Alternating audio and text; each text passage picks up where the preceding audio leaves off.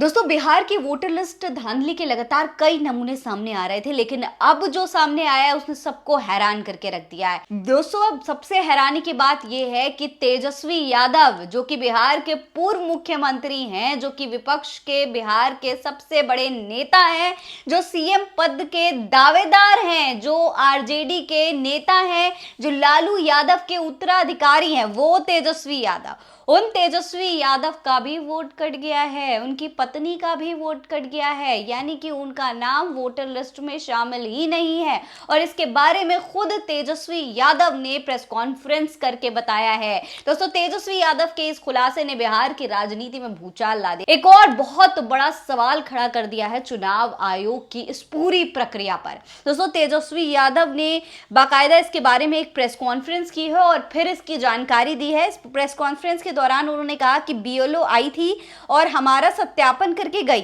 फिर भी मतदाता सूची में नाम नहीं है।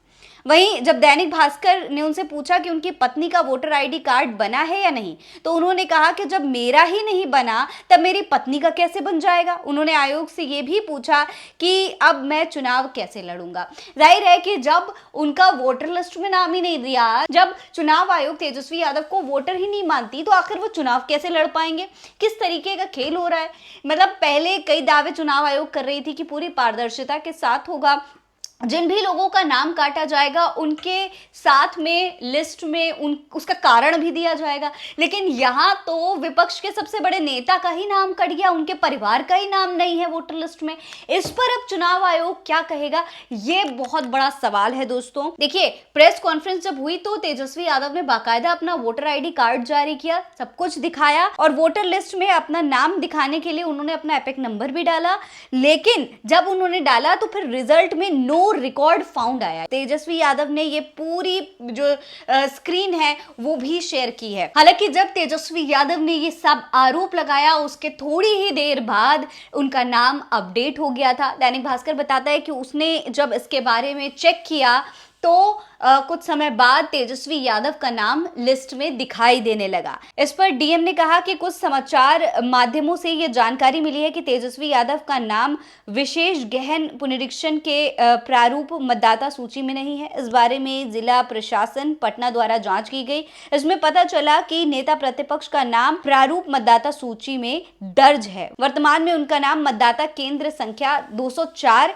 बिहार पशु विज्ञान विश्वविद्यालय का पुस्तकालय भवन क्रम संख्या 416 पर अंकित है। इससे पहले उनका नाम बिहार पशु विज्ञान विश्वविद्यालय का पुस्तकालय भवन मतदान केंद्र संख्या 171 क्रम संख्या 481 पर दर्ज था।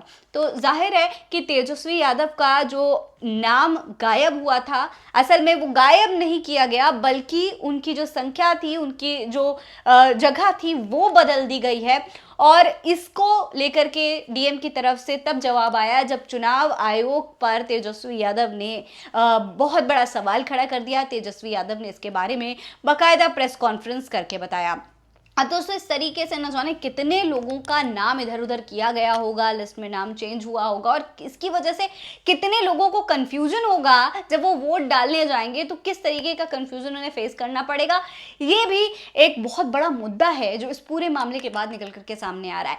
इसके बारे में आप क्या कहेंगे, कमेंट बॉक्स में लिखकर हमें जरूर बताइएगा। ये खबर आप मेरे official channel Fareen Ansari official पर देख रहे हैं। जय हिंद, जय भारत।